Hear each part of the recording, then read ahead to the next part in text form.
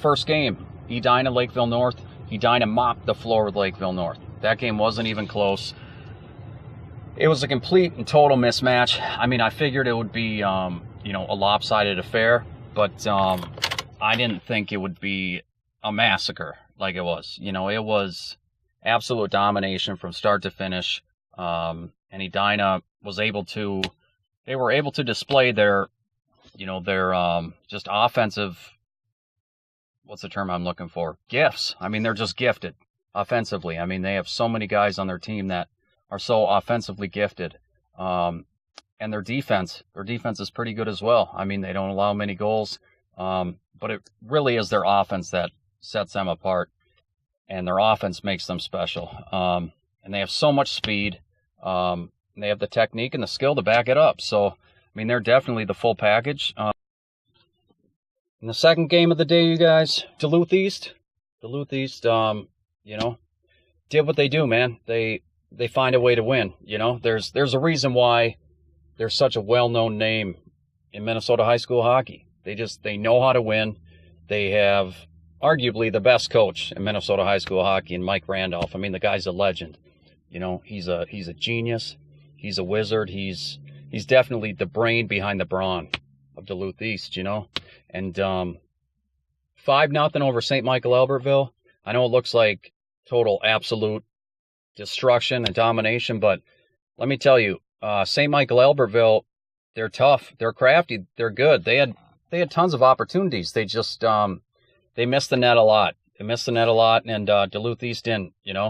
That was the biggest difference in this game. Duluth East cashed in when they had opportunities, and St. Michael Albertville, just came up short, missed the net, hit the post, just little things like that, and a lot of times on the biggest of stages, in the brightest moments, that's what it comes down to, the little things, who can pull through, when the going gets tough and when it matters most, who's really clutch, in those situations.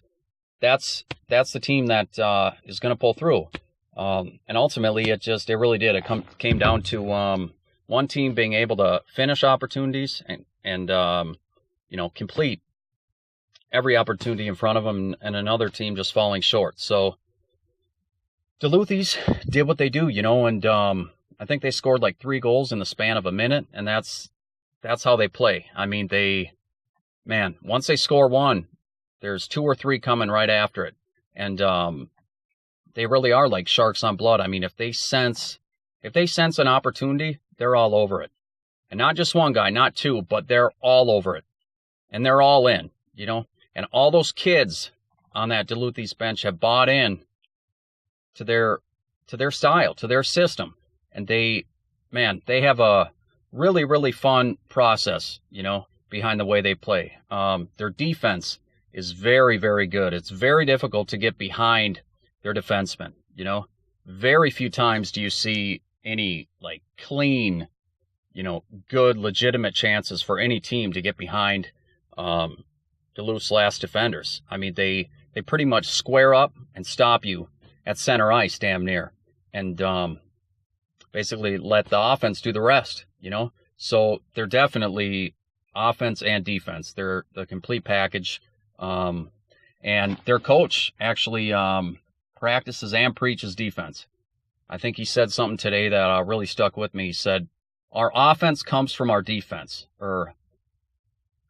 Yeah, I think that's what it was. And it really drove the point home that they emphasize and prioritize defense. And it shows in the way they play. I mean, they give up maybe 20 shots a game, which isn't many. And, they generate like 2 to 3 times that many shots. So they're obviously doing something right. And they're fun as hell to watch. And, oh my gosh, Edina, Duluth East tomorrow night. You guys, that's a toss-up. I mean, who do you pick? They're so evenly matched.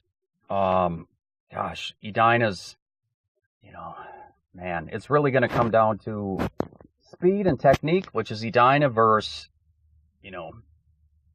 grit and aggression, which is Duluth East. So, oh my gosh, 2 immovable objects colliding. What do you get? Fireworks, explosion,